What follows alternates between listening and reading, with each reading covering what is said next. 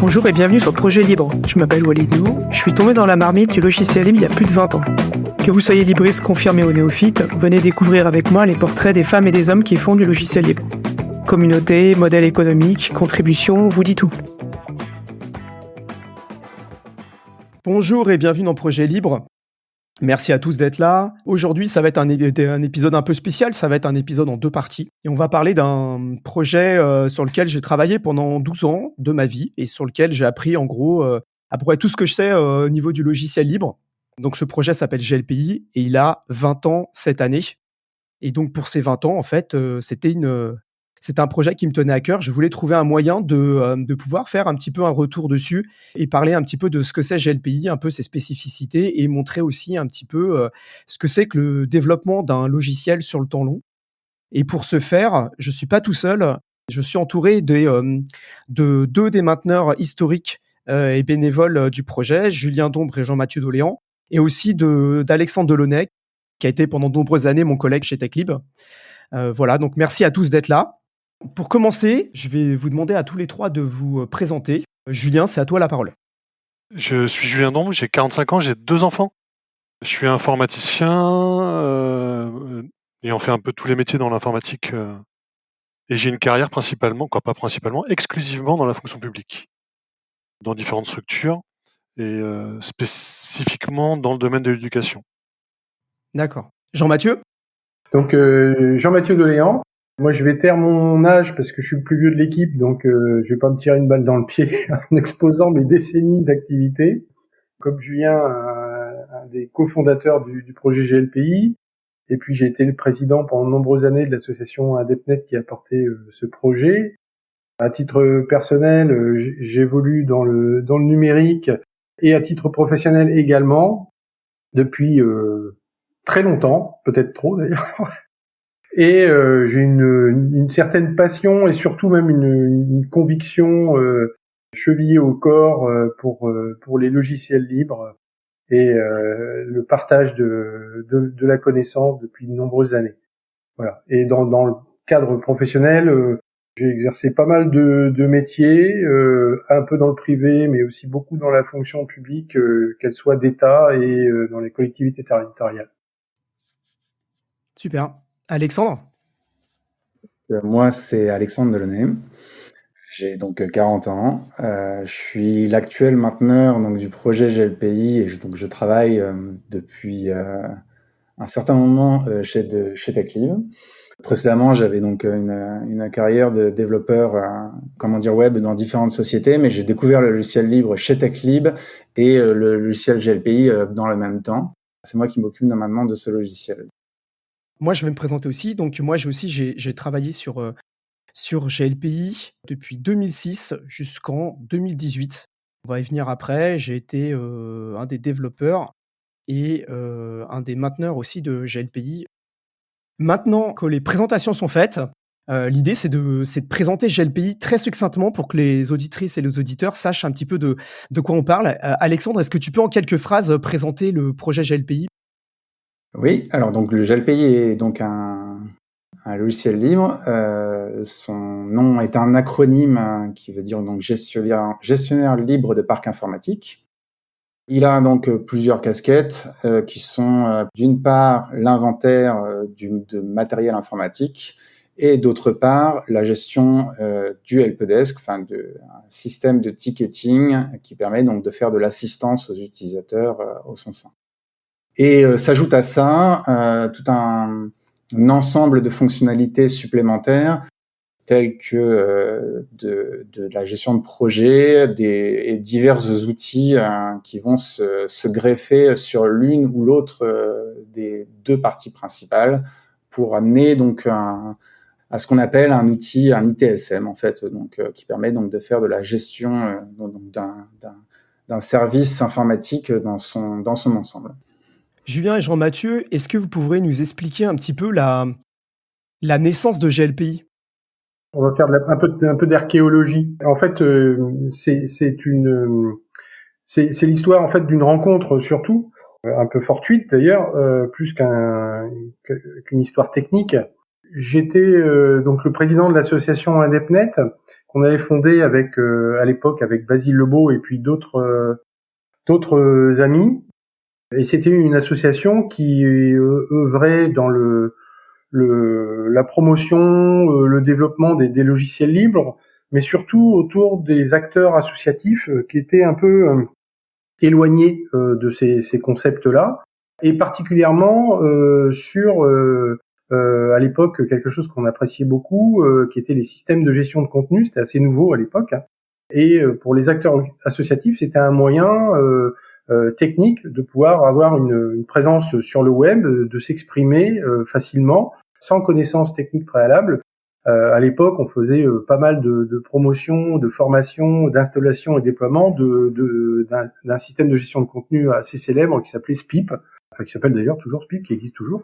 Et en fait, Basile, lors de ses activités, a travaillé pour une structure qui avait besoin d'un outil de gestion d'actifs informatiques. Et donc, il avait fait un peu le tour des logiciels libres qui existaient. Il n'avait rien trouvé de très probant, excepté un bout de code autour d'un projet qui s'appelait Irma, qui était un projet qui n'était plus maintenu. Son créateur original avait plus souhaité donner suite à sa production. Et lorsque Basile a travaillé sur ce code et les fonctionnalités, il m'avait demandé un coup de main sur les interfaces, etc.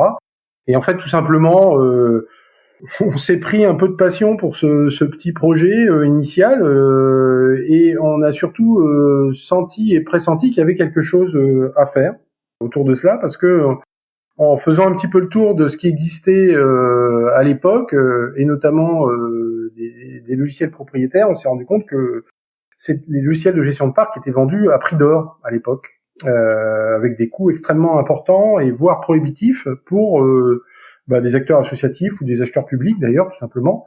Et donc beaucoup ne pratiquaient pas de la gestion de parc de manière informatisée et se contentaient de tableurs et autres qui étaient un peu des outils un peu préhistoriques. Et donc on s'est dit qu'il y avait un besoin auquel pouvait répondre ce projet. Donc on l'a repackagé, corrigé, interfacé, documenté, etc. Et c'est ainsi que en 2003 est sortie la première version stable de GLPI, qui était la version 0.2. Voilà. C'est comme ça qu'est né le projet. En fait, en gros, ce projet, avant que ça s'appelait Irma, il a été renommé en GLPI. Donc c'est vous qui avez choisi le nom de GLPI, en fait. Oui, en fait, comme on l'avait repackagé complètement, modifié, traduit, refait l'interface, refactorisé le code, etc., etc. Enfin, on avait fait une refonte complète. On s'est surtout basé sur les fonctionnalités. On avait décidé de lui donner un nouveau nom, une nouvelle identité, et d'en faire la promotion auprès des utilisateurs qui pouvaient en avoir le besoin. Et donc là, en 2003, quand vous sortez, donc déjà, vous le mettez sous licence GPL. J'aimerais bien savoir un petit peu pourquoi. Et puis quand vous le sortez, où est-ce que le code, vous le mettez à disposition? Il y a quoi en 2003 pour mettre, comme forge logicielle, pour mettre à disposition le code? Il y a rien. Il y a rien du tout. Enfin si, c'est pas vrai. En fait, initialement, il y avait rien, en tout du moins à notre connaissance, parce que encore une fois, c'est un projet qui est né d'une rencontre fortuite. C'est un projet humain avant tout, avant d'être un projet technique. Et donc, on a aussi appris en construisant. Voilà. Initialement, pour diffuser le logiciel, on a mis en place un site web sur un SPIP d'ailleurs. On a packagé, on a fait une archive, on a fait une documentation.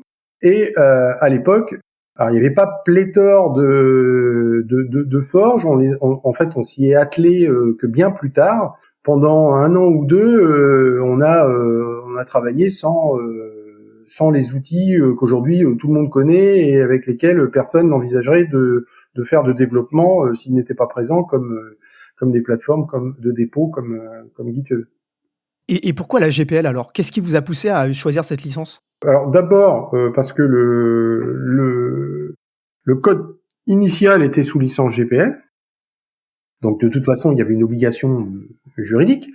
Mais même si ça n'avait pas été le cas, ou si on avait redéveloppé intégralement, de toute façon tout ce qu'on a conçu, créé au sein de l'association a toujours été sous licence libre, que ça soit les docs ou le code. Il y avait une volonté de partage, de diffusion, de distribution et de permettre aux gens de s'approprier les choses. En fait, quand on a initialement diffusé GLPI, on n'envisageait pas de le maintenir par la suite. En fait, on s'est dit, voilà, on a fait un truc sympa, ça peut servir à d'autres, et puis d'autres s'en saisiront certainement. D'accord. Et toi, Julien, toi, tu es arrivé quand et comment, en fait, sur le projet GLPI? Moi, je suis arrivé en 2004 au vu de l'historique des commits sur le projet et de manière très intéressée au départ, très clairement. J'étais à l'époque ingénieur dans un laboratoire de recherche, gestionnaire de parc informatique, et cherchais un outil. Et de mes recherches, au final, le seul outil libre à disposition, c'était GLPI. Donc au final, j'ai testé, ça me convenait et ça répondait à une grande partie de mes besoins. J'avais des problèmes avec cet outil, en particulier sur la partie authentification. Ça s'intégrait pas correctement au système d'information du laboratoire. Donc j'ai commencé à proposer des patchs. Et malheureusement ou heureusement, dans le sens où on le voit, voilà, j'ai commencé à mettre un pied dedans et après j'ai sauté dedans. Et donc après j'ai de mémoire rencontré, c'est en 2004 aussi à Solutions Linux, Basile et Jean-Mathieu. Et là j'étais perdu pour la cause, je crois. Enfin, la forme juridique qui portait le projet GLPI, en fait, elle était là avant le projet, quoi. Tout à fait. Elle était antérieure à GLPI. L'association AdeptNet existait avant. D'accord, ok. Et elle continue à exister? Et non, elle a été dissoute il y a quelques années maintenant. Au tout départ, Julien, toi, s'était intéressé et Jean-Mathieu, toi, t'avais quand ça a commencé, t'avais pas un intérêt. Enfin, est-ce que tu avais un intérêt professionnel? Je veux dire, est-ce qu'à un moment, tu l'as utilisé professionnellement au début quand tu as commencé à contribuer? Ou est-ce que c'est juste, comme tu dis, parce que tu t'es pris un peu, t'es tombé un peu amoureux du projet et que tu as continué comme ça? Il n'y avait aucun lien avec les métiers que j'exerçais à l'époque et aucun intérêt professionnel dans le projet GLPI. Moi, il n'y avait aucun lien avec mes activités pro. Hein. C'était plutôt un défi ou un challenge idéologique, intellectuel, humain qui m'intéressait. On est en 2003, vous mettez le code source sur Internet. Est-ce qu'il y a des gens qui montrent de l'intérêt? Comment ça se passe, en fait? Vous aviez une mailing list? On avait mis le code sous la forme d'une archive à disposition, la doc, etc.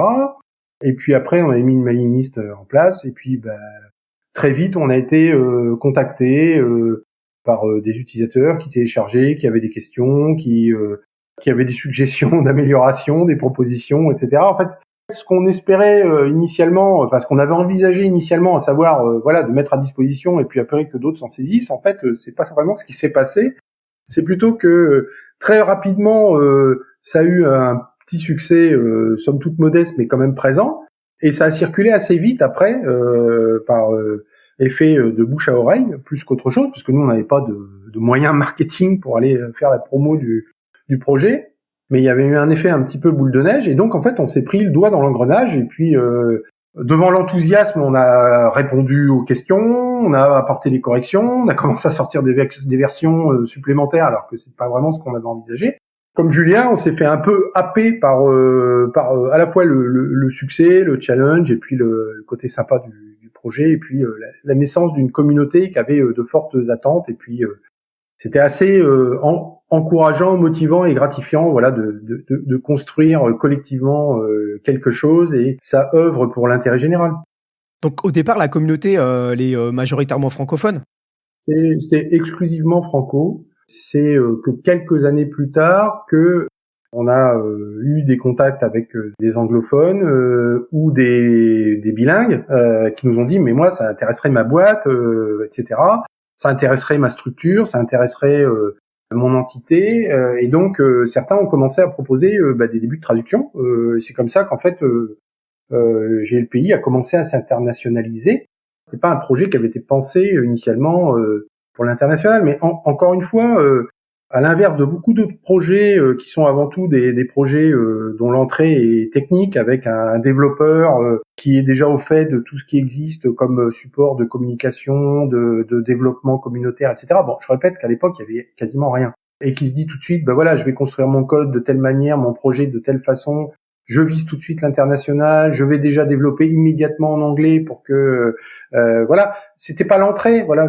Alors après, on a fait les efforts nécessaires pour répondre aux sollicitations, mais l'internationalisation est venue d'abord sur les aspects traduction, puisqu'on a eu pas mal de contributions rapidement pour les traductions des dictionnaires de langue.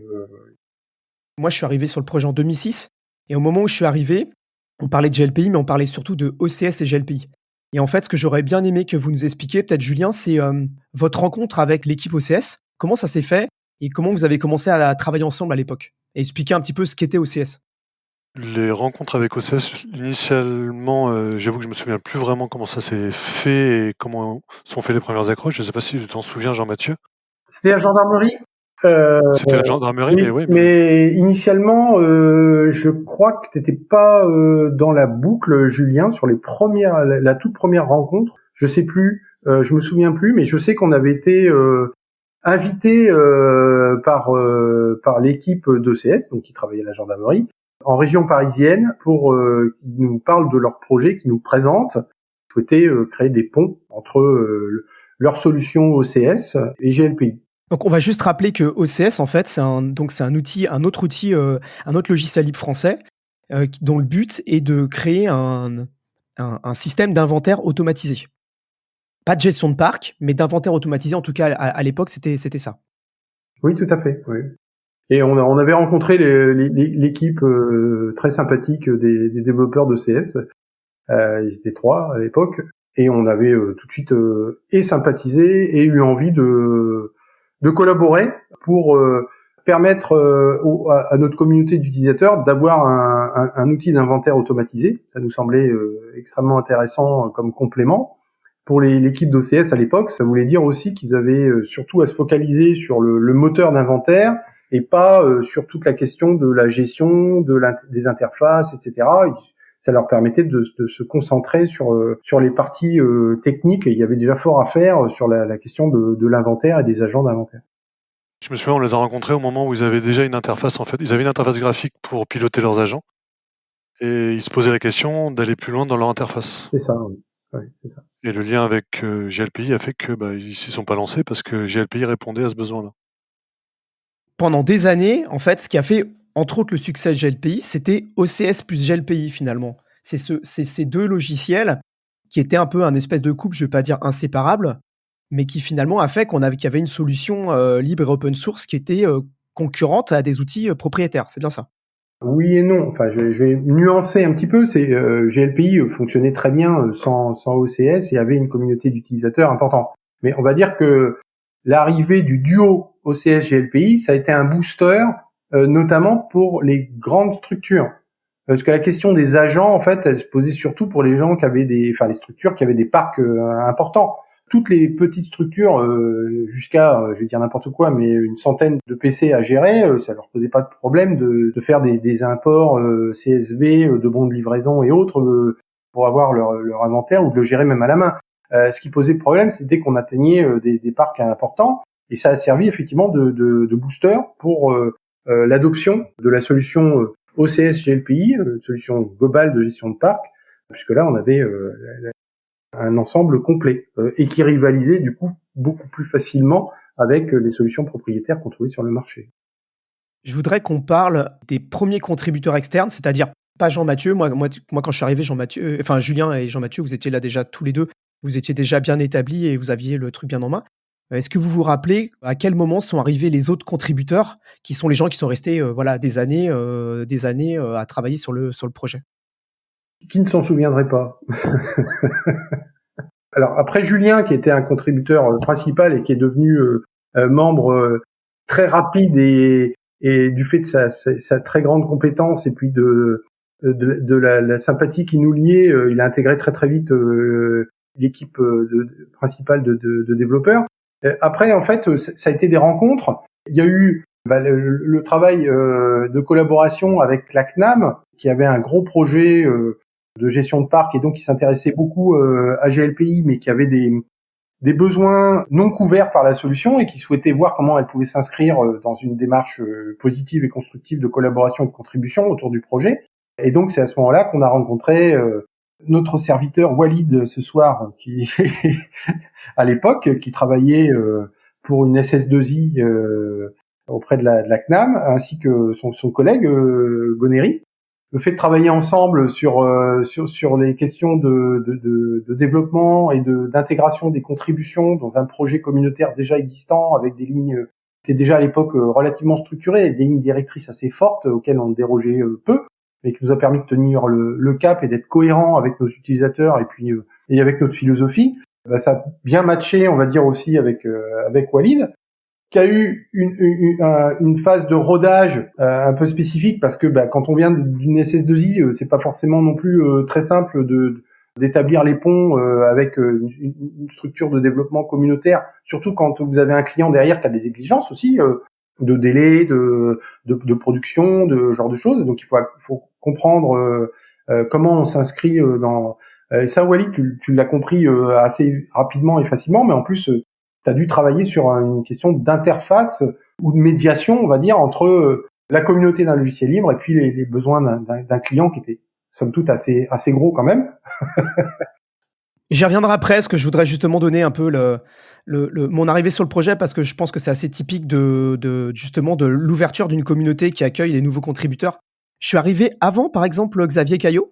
Xavier, il va m'en vouloir, parce que il est arrivé avant toi, effectivement. Il était surtout au départ contributeur sur des remontées de bugs, pas développeur à l'époque, il était surtout utilisateur. Donc remontée de bugs, relecture de doc, donc il a effectivement pas mal contribué, mais sur des objets moins techniques. Donc c'est pour ça que là je m'étais focalisé sur les aspects contribution en dev. Mais oui, Xavier a fait beaucoup de bêta-tests, etc. Il est devenu aussi très vite helper aussi sur le forum communautaire, très rapidement. Et puis par la suite est devenu développeur et développeur contributeur sur des plugins, des greffons pour GLPI. Ensuite, il y a 3 personnes assez importantes qui sont arrivées par la suite. Donc, Remy, Collet et Nelly Lasson sont arrivés à travers l'assurance maladie, parce qu'ils travaillaient là-bas, et se sont mis à contribuer eux-mêmes, ce qui est quand même je trouve assez intéressant qu'un client se mette finalement de lui-même à contribuer. Tout à fait. Julien, est-ce que tu veux ajouter quelque chose sur justement l'arrivée de ces différents contributeurs ? C'est les contributeurs qui ont permis déjà d'asseoir la notoriété un peu de GLPI de par la communauté qui grandissait, et surtout de donner la capacité au projet d'avancer plus vite. Et en particulier, la collaboration avec la CNAM a permis vraiment d'arriver à avoir un produit qui gagnait en assise technique pour des grands groupes. L'assurance maladie, à l'époque, de mémoire, le référencement qu'ils avaient était plus de 100 000 postes gérés. Voilà, c'était énorme par rapport à ce que nous, on envisageait même au départ du projet, où on était content quand on avait un utilisateur qui utilisait GLPI pour gérer ces 200 postes, quoi. Eux, ils sont arrivés, plus de 100 000 postes, avec mécaniquement les besoins et d'optimisation qui étaient nécessaires pour gérer ce volume-là. Et donc mécaniquement, ça a fait avancer énormément GLPI sur tous les aspects techniques. Je peux expliquer un peu, vu de mon point de vue. Un jour, mon chef vient me voir, moi et mon collègue Gonéry Le Boudeur, et il nous dit, donc on travaille chez Atos, grosse entreprise, on était dans le centre open source. Un jour, notre chef vient nous voir et nous dit, si ça vous intéresse, il y a une mission, on a un contrat cadre avec l'assurance maladie, vous pouvez aller faire de la gestion de parc et de l'inventaire automatisé. Bon, il n'y connaissait rien, on ne savait même pas ce que c'était. On arrive là, on regarde les projets, Gonéry savait faire du Perl, donc il va chez OCS. Moi, je faisais du PHP et du LDAP. Je me suis dit, ok, j'ai le pays.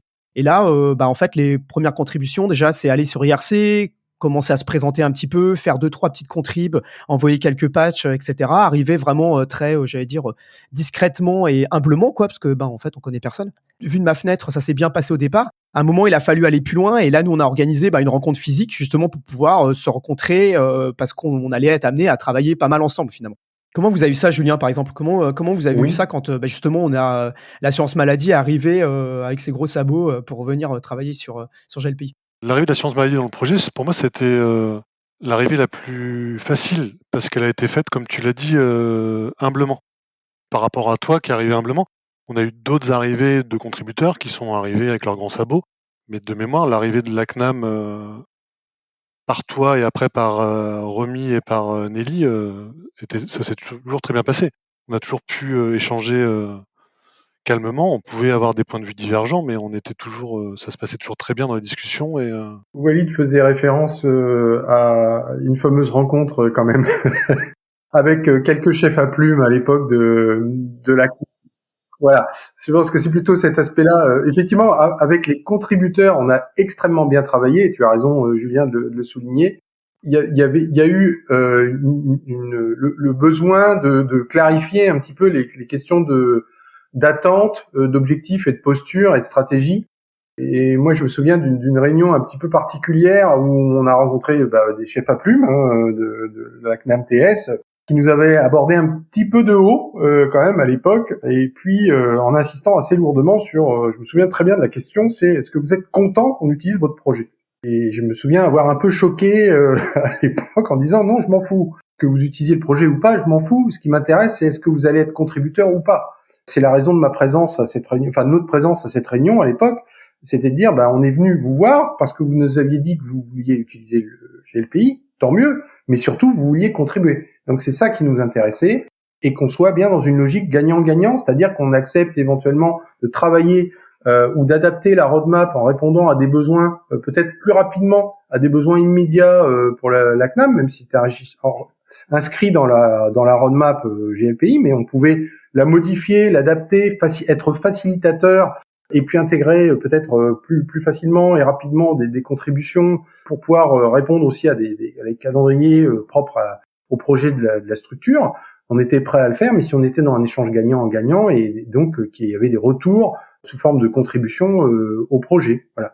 Et c'est vrai que naturellement, en fait, on nous avait abordé comme si on était un éditeur de logiciels propriétaire et qu'effectivement on était content, on allait sabrer le champagne parce qu'on avait remporté un contrat avec une grosse entité publique, sauf que c'était pas le cas, il n'y avait pas de contrat, il n'y avait pas d'espèce sonnante et trébuchante, mais ce qui nous intéressait, c'était les contributions qu'allait pouvoir apporter la CNAM via ses contributeurs, via son prestataire.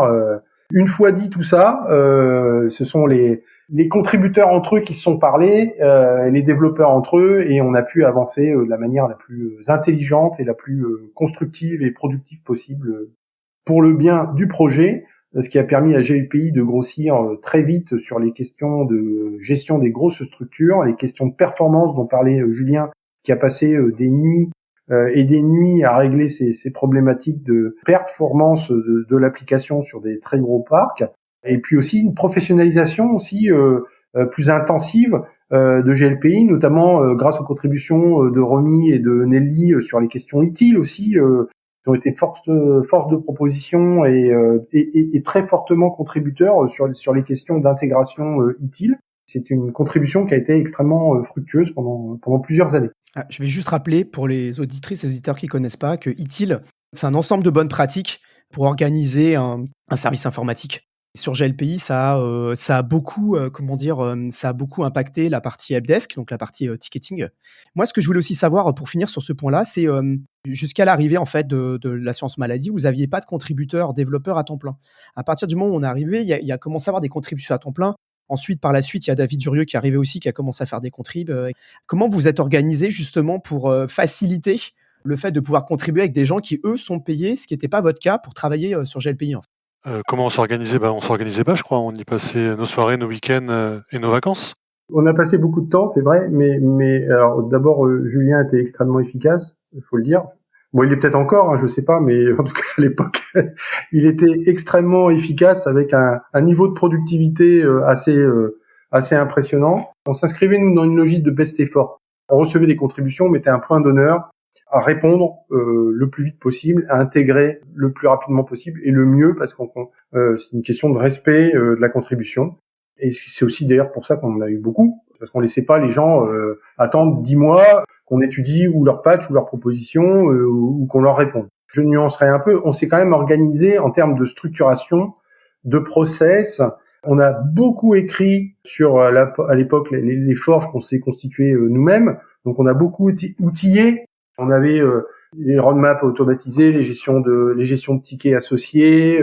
Aujourd'hui, ça fait rire tout le monde parce que c'est disponible pour n'importe qui, mais à l'époque, il a quand même fallu monter des serveurs, installer des forges. On en a changé je sais pas combien de fois d'ailleurs, parce que le projet naissait et vivait et mourait.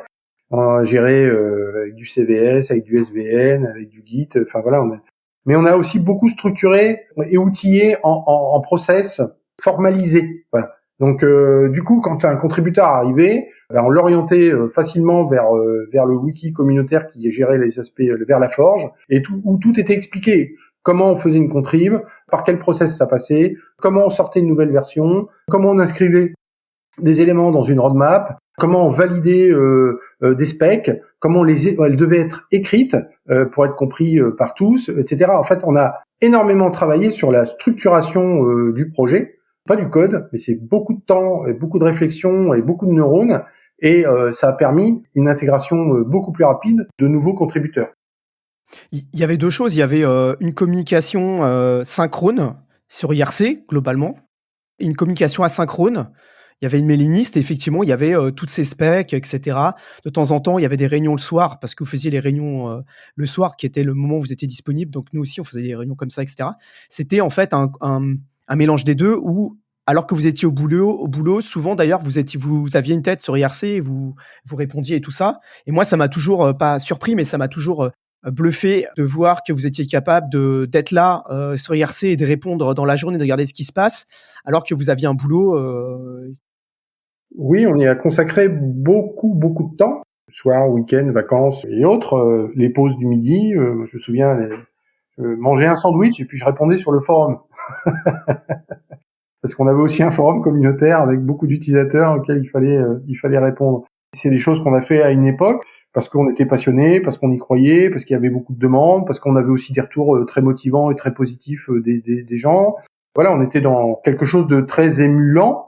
Maintenant, une chose est certaine, et d'ailleurs l'histoire le montre, c'est que ça peut pas se faire indéfiniment. Alexandre, toi, t'es arrivé quand sur le projet GLPI? En quelle année? Alors exactement en octobre 2010, avec mon arrivée chez TechLib, et être embauché en tant que développeur, je découvre GLPI à ce moment-là précisément. Le logiciel libre, je connaissais déjà un peu, j'étais beaucoup utilisateur au sein de mes précédents emplois.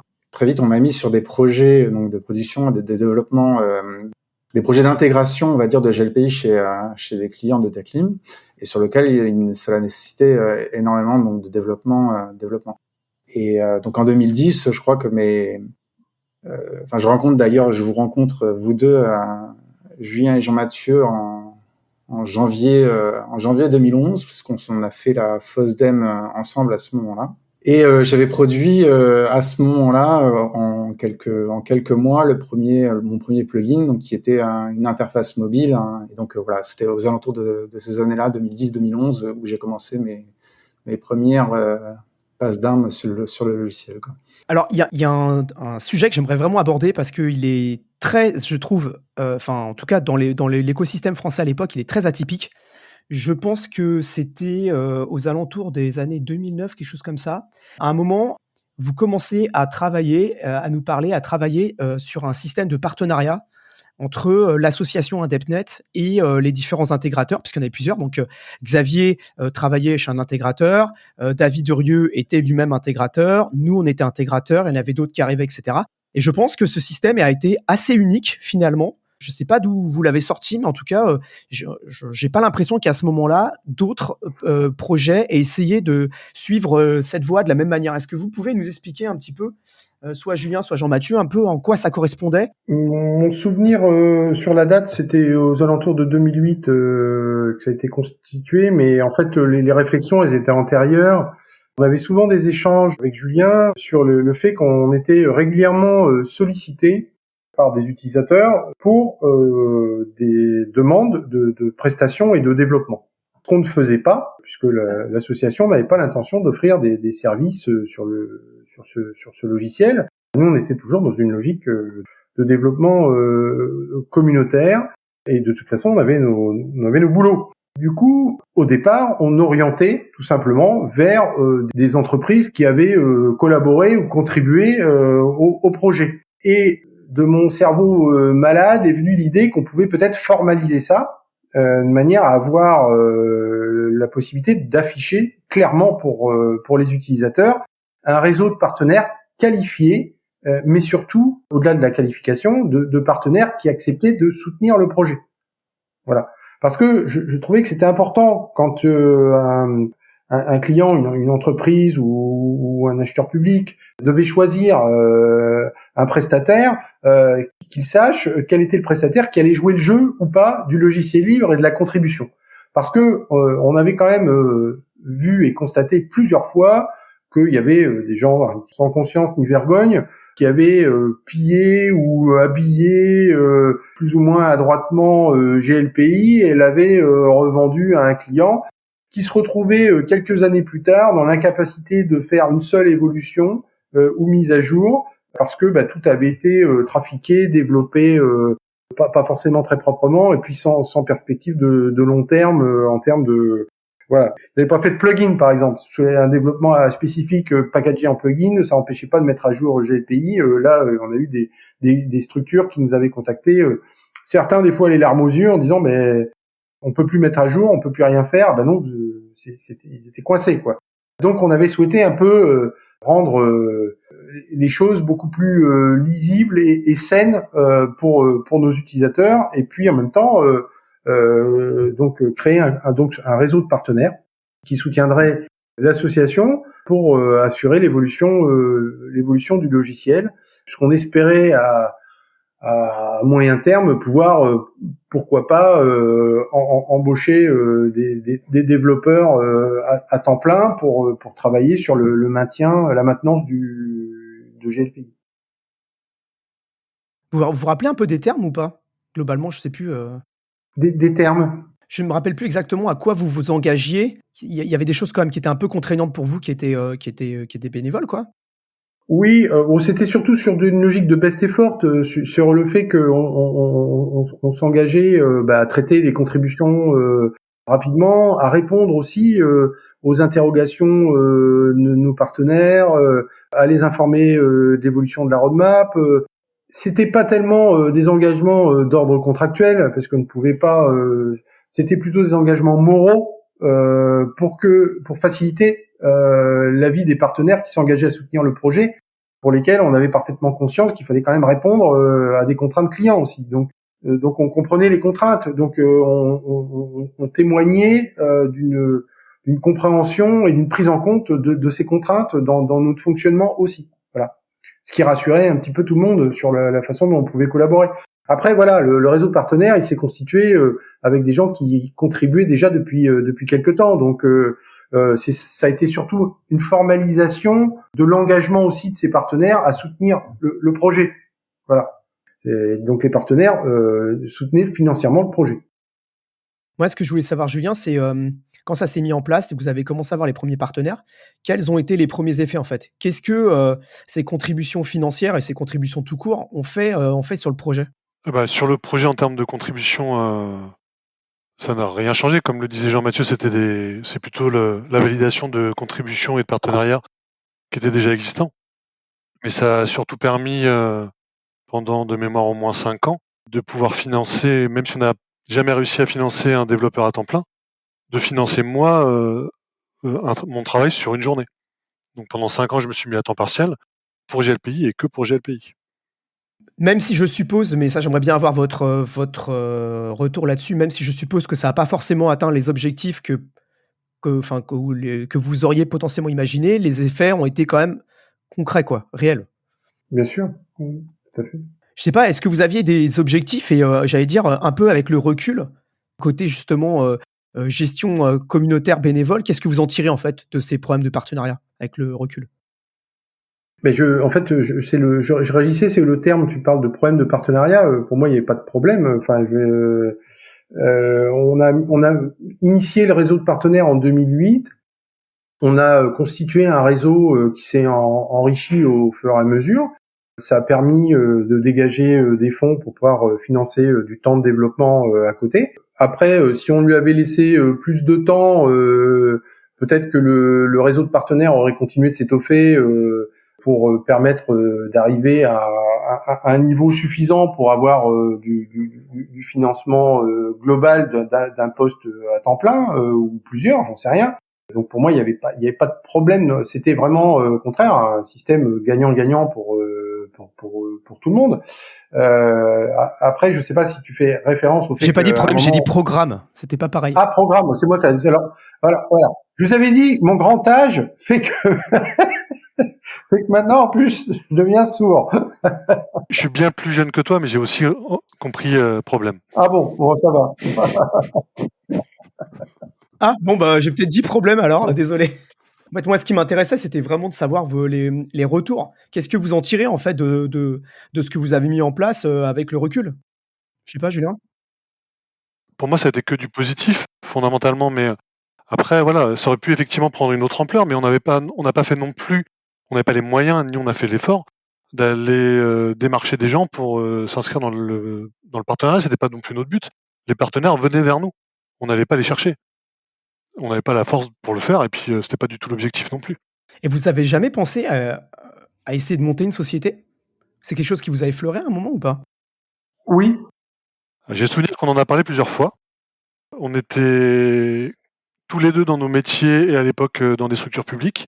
Et moi, je suis fondamentalement attaché à la fonction publique, en fait. Donc, lâcher mon travail, c'était compliqué. Pour moi, en tout cas, c'était vraiment pas. Et je crois que les moments où on s'est posé vraiment les questions, c'était des moments un peu charnières dans nos carrières à tous les deux, et où donc c'était pas du tout possible, en fait. et puis c'est vrai qu'on en a discuté plusieurs fois, parce qu'effectivement, quand on voyait le succès de GLPI, on pouvait se questionner. Être entrepreneur et bâtisseur d'un projet communautaire, c'est pas la même chose, quoi. C'est pas le même métier.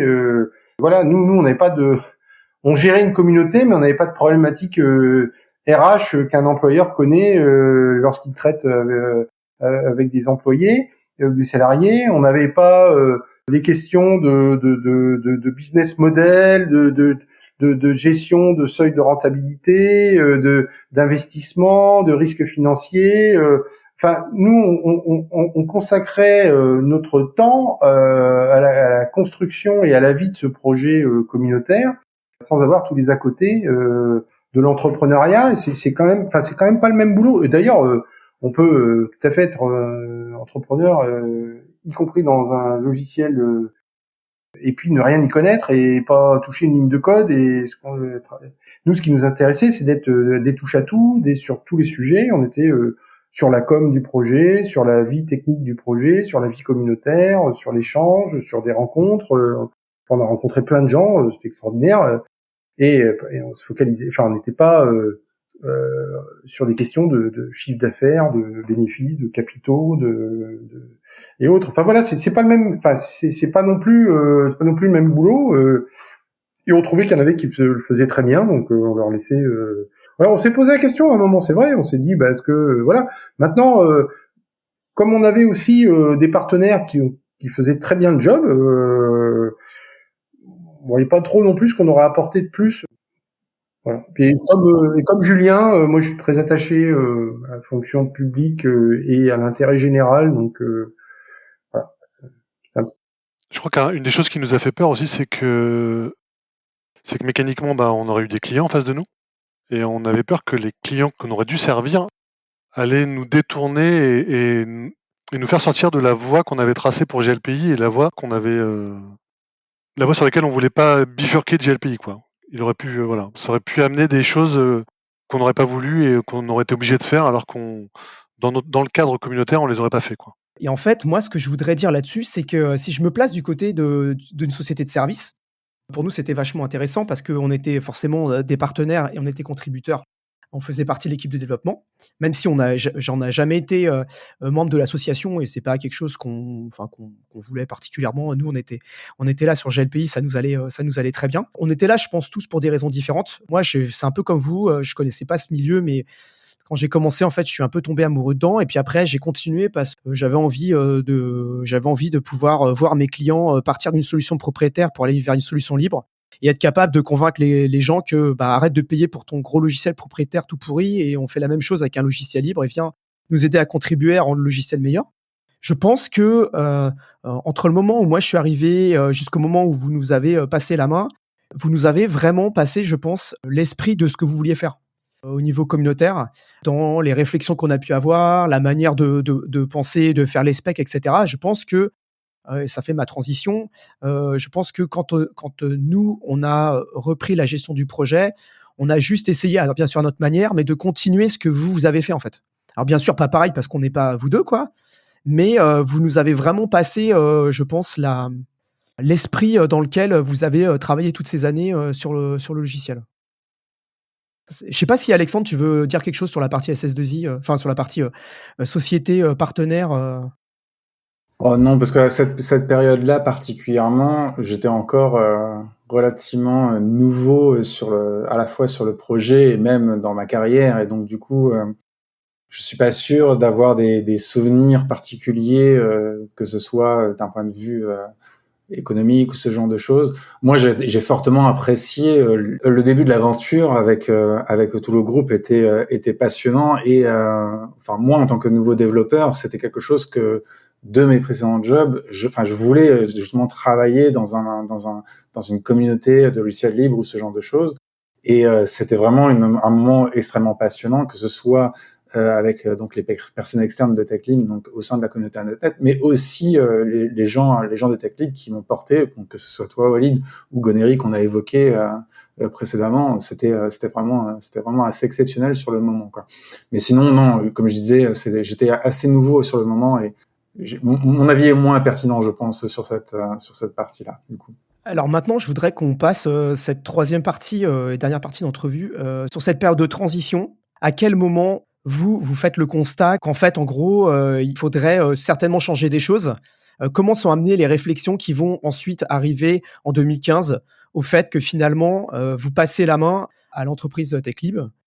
Moi, j'ai un peu une mémoire de poisson rouge dans toute cette histoire, donc je me souviens pas de la réunion avec la CNAM, sans qu'on m'en reparle. Donc je saurais pas faire le rapprochement. On est arrivé sur un moment de GLPI où on avait construit GLPI pendant 10 ans en essayant de rafraîchir l'historique, mais en ayant un legacy sur les aspects techniques. Et donc on s'est posé la question à un moment donné d'une réécriture complète qui pouvait être nécessaire, parce que voilà, on traînait un certain nombre de choses. On était sur du PHP d'il y a des années 2000.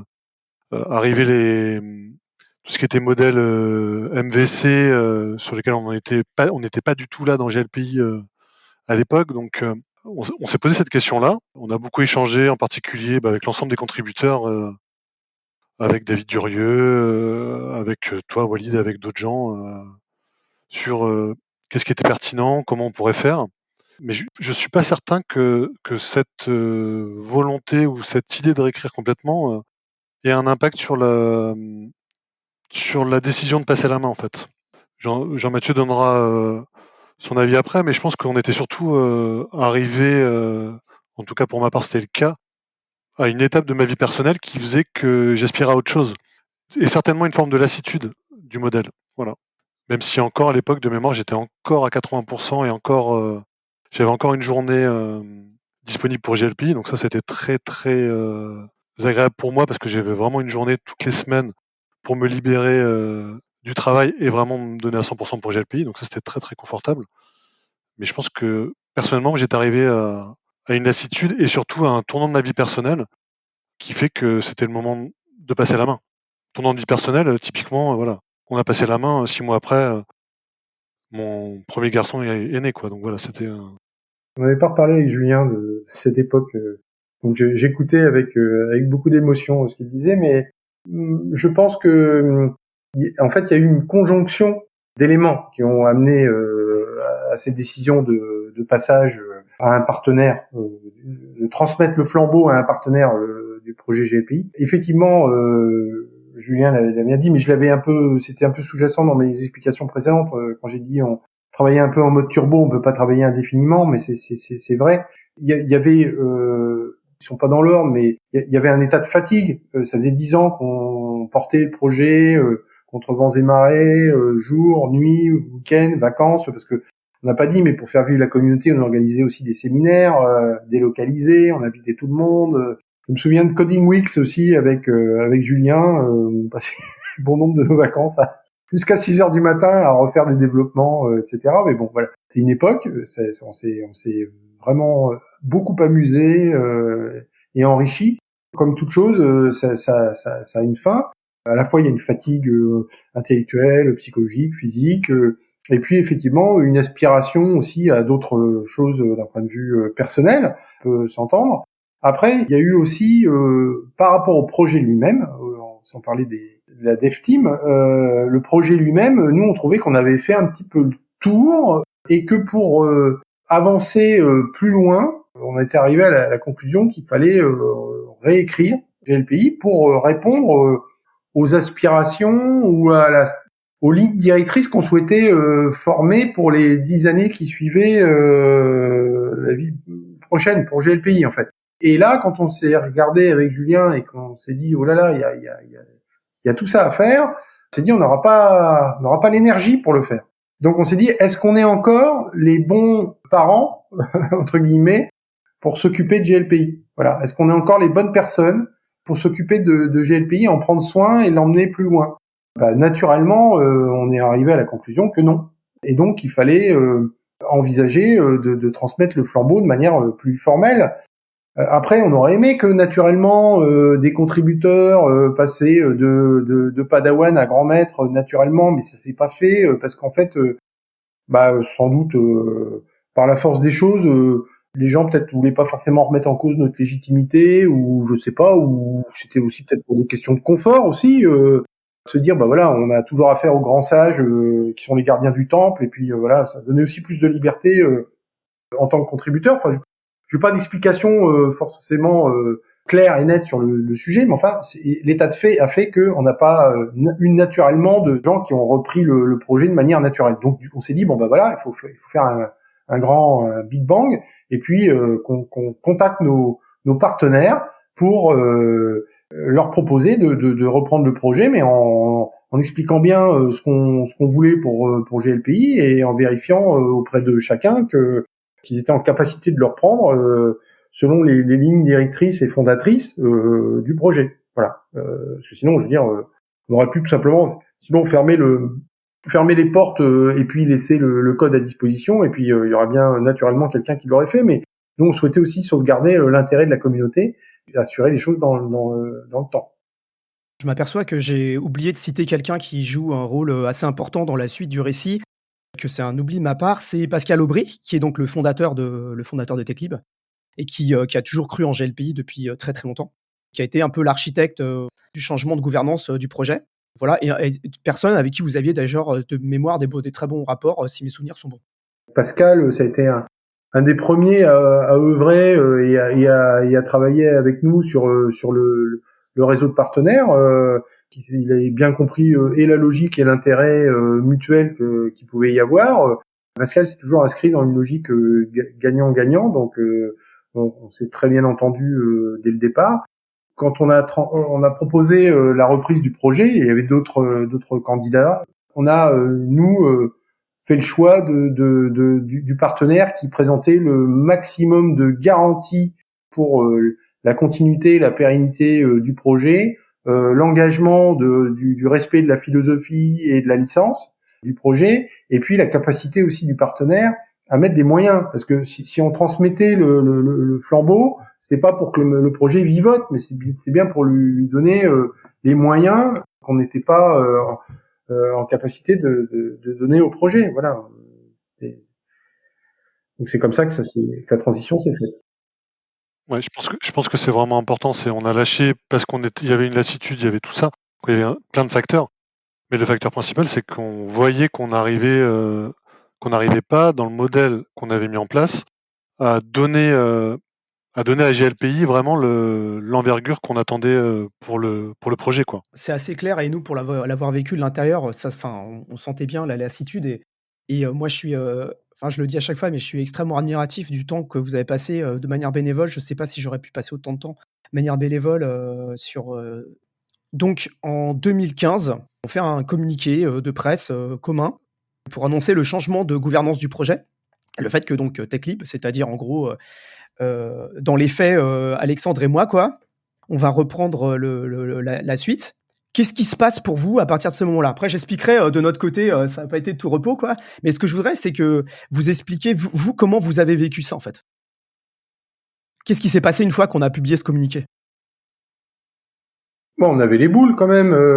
C'est pas évident de laisser son bébé après 13 ans d'allaitement là, jour et nuit. Ça a été douloureux, ça a été un peu compliqué. Après, on s'était engagé à assurer une transition la plus douce possible pour le projet, pour les équipes qui reprenaient le projet, parce que tous les outils de gouvernance, nous on en avait la parfaite maîtrise, mais c'était pas forcément le cas de ceux qui reprenaient. Enfin voilà, on a assuré la transition la plus douce possible pour la communauté aussi. On a essayé de laisser quelque chose le plus propre possible.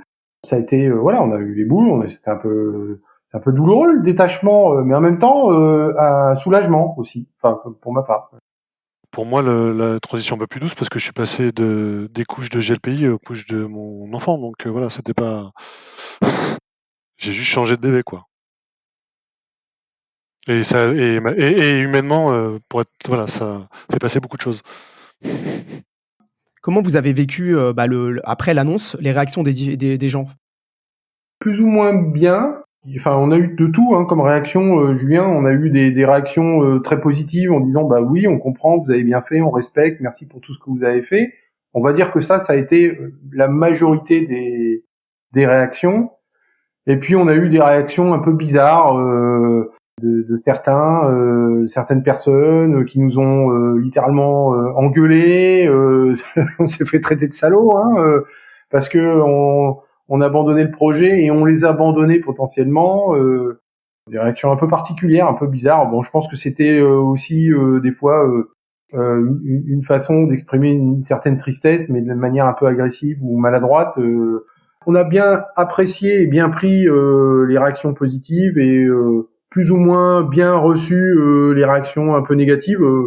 Bon, moi j'ai toujours eu un franc-parler, donc quand j'estimais que les gens dépassaient un peu les bornes, il y a eu des recadrages un petit peu brutaux, mais voilà. Parce que encore une fois, on estimait qu'on ne devait rien à personne, si ce n'est à nous-mêmes initialement. Après, tout ce qu'on faisait, c'était par bonne volonté et par respect pour les autres, mais fondamentalement, on ne devait rien. Sauf que certains pensaient qu'on devait quelque chose. Oui, les réactions ont été diverses, mais on a essayé d'expliquer au maximum le pourquoi on l'avait fait et surtout le choix, il a vraiment été guidé vers la pérennité du logiciel et la meilleure solution de notre point de vue pour les utilisateurs sur le long terme. C'était vraiment ça l'objectif et c'était le mot d'ordre derrière GLPI et derrière tout le travail qu'on a pu faire, c'était toujours pour les utilisateurs. C'était le mot d'ordre qu'on véhiculait tout le temps, on fait toujours quelque chose pour les utilisateurs et tout ce qu'on fait, on le fait pour la communauté. Et cette passation, elle a été aussi faite dans ce sens-là. Même si elle a pu être douloureuse pour nous, elle était nécessaire, je pense pour nous personnellement, mais elle était aussi nécessaire pour la communauté. Je pense qu'avec Alexandre, on va pouvoir expliquer un peu, nous comment on a vécu ça. Je pense qu'on en parlait juste avant, on n'était pas du tout prêts à ça. Quand ça nous est tombé dessus, on était super contents, mais on était là genre ouh là là, écrasés par la tâche quoi. Tellement de choses à faire. Et ça s'est fait honnêtement assez vite, il me semble. En quelques mois, on a appris la nouvelle. Enfin, moi, j'ai appris la nouvelle et oui, un couple ou un trimestre après, la chose était faite. Et donc, du coup, oui, il a fallu se mettre en ordre de bataille très très vite de ce point de vue-là, quoi. Parmi les choses qui m'ont le plus surpris finalement, même si je comprends après coup, c'est avec Alexandre et mes autres collègues, on a passé pas mal de temps au téléphone ou aller physiquement voir nos clients, nos bons clients, pour leur expliquer donc les gens avec qui on travaille depuis des années, pour leur expliquer qu'est-ce qui se passait et qu'est-ce qu'on allait faire.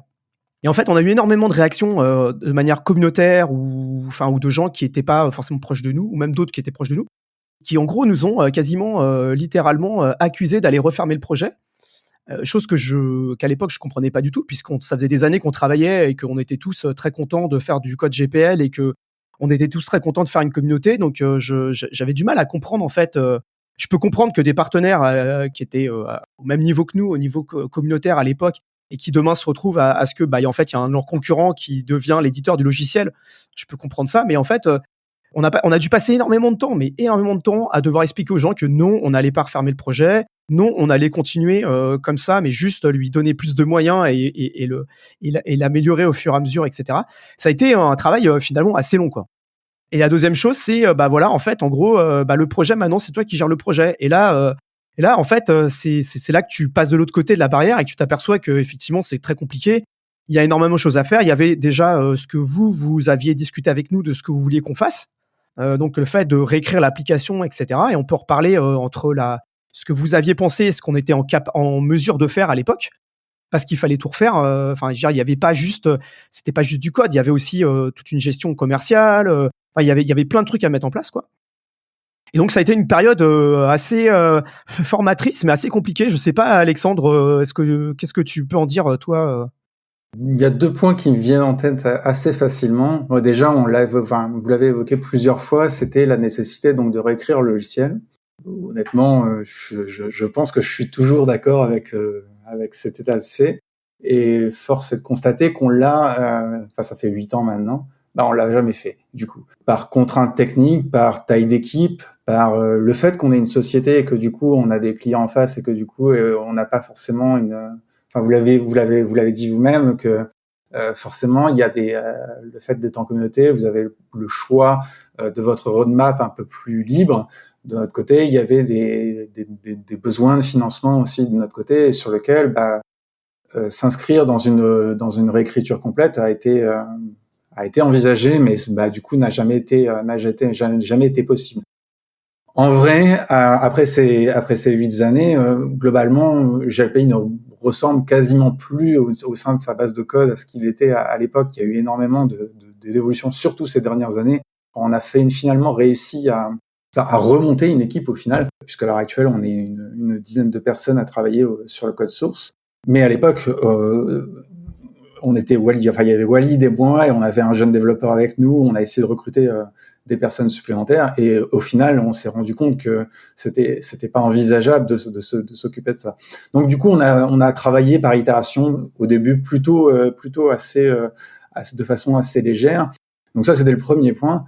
Et le deuxième point, c'est surtout que il y avait effectivement une communauté, comme vous en parliez, mais il y avait surtout aussi un ensemble donc de partenaires, de sociétés commerciales dont nous on faisait partie. Et donc du coup, on a été, je sais pas comment dire, choisi pour faire cette reprise pour diverses raisons.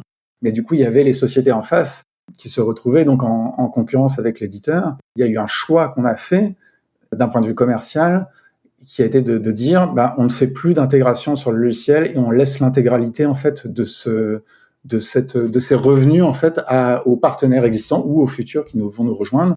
Et nous, on va se concentrer sur des prestations payantes, donc d'amélioration de la roadmap et ou du support.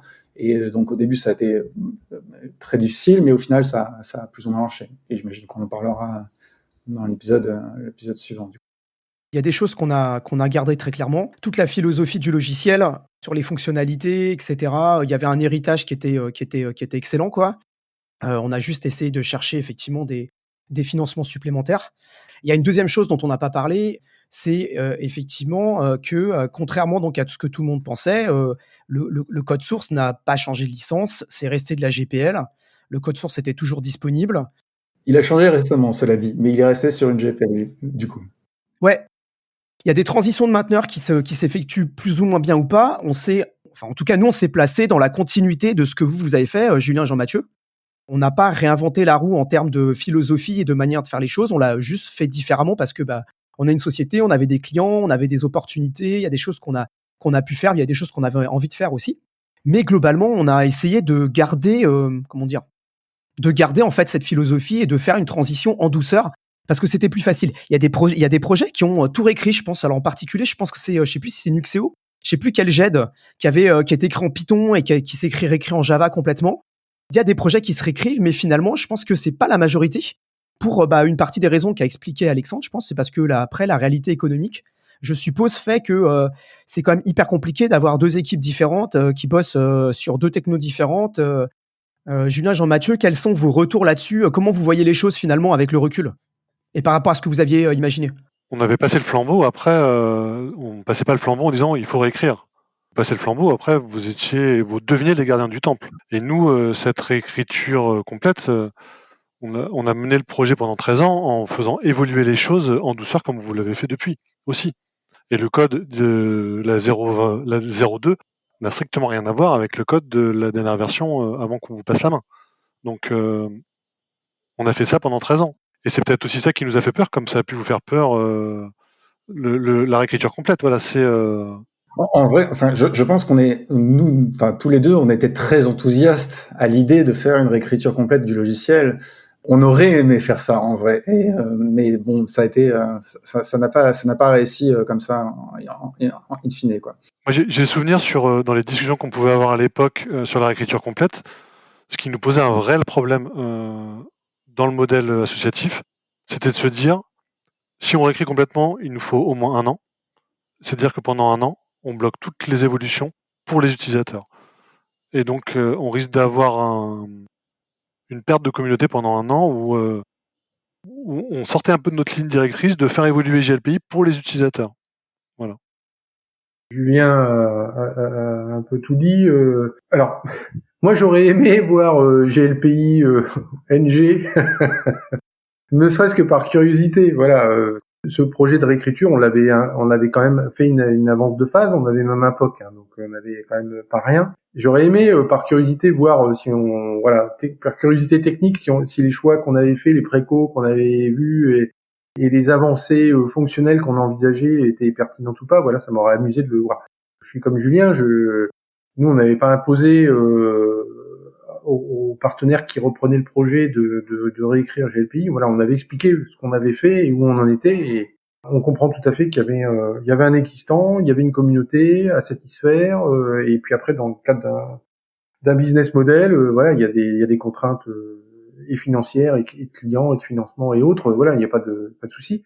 Avec le recul, moi j'ai le sentiment que le contrat moral, il a été respecté. Je veux dire, le logiciel est toujours sous licence libre. Il y a toujours une communauté existante. Après, il y a eu des évolutions dans le modèle économique, mais même dans le positionnement du partenaire, puisqu'il est passé d'intégrateur à éditeur, proprement dit, de la solution, et la partie intégration, elle est confiée aux partenaires. Donc, c'est des évolutions de modèle.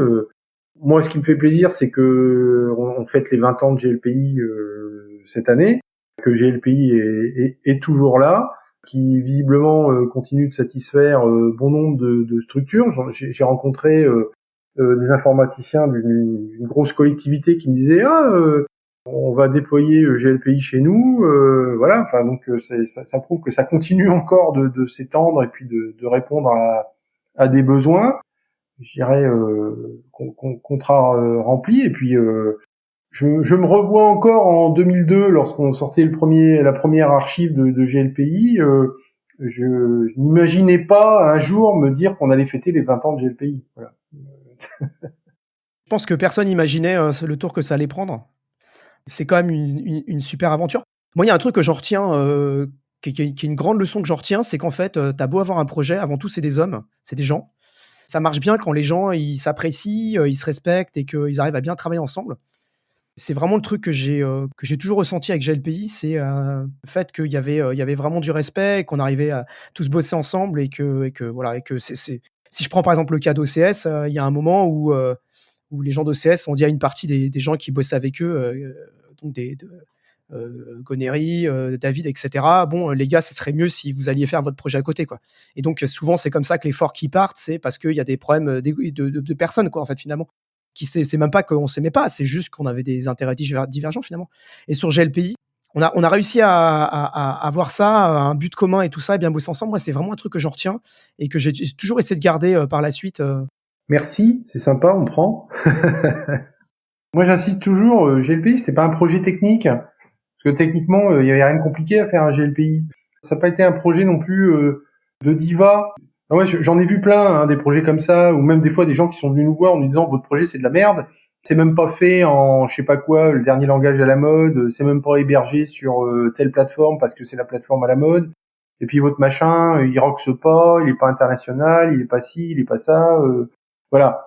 Et puis moi, je vais en refaire un parce que c'est pas compliqué à refaire techniquement. Et puis au bout de 2 ans, on n'entendait plus parler du tout de ce projet parce que la diva elle était passée à autre chose ou qu'elle avait sauté sur une nouvelle techno qui était encore plus à la mode et plus sympa et plus rigolote. On a toujours eu conscience que notre projet n'était pas technique, il était avant tout fonctionnel et qu'après l'enjeu, le vrai challenge, c'était l'aspect communautaire.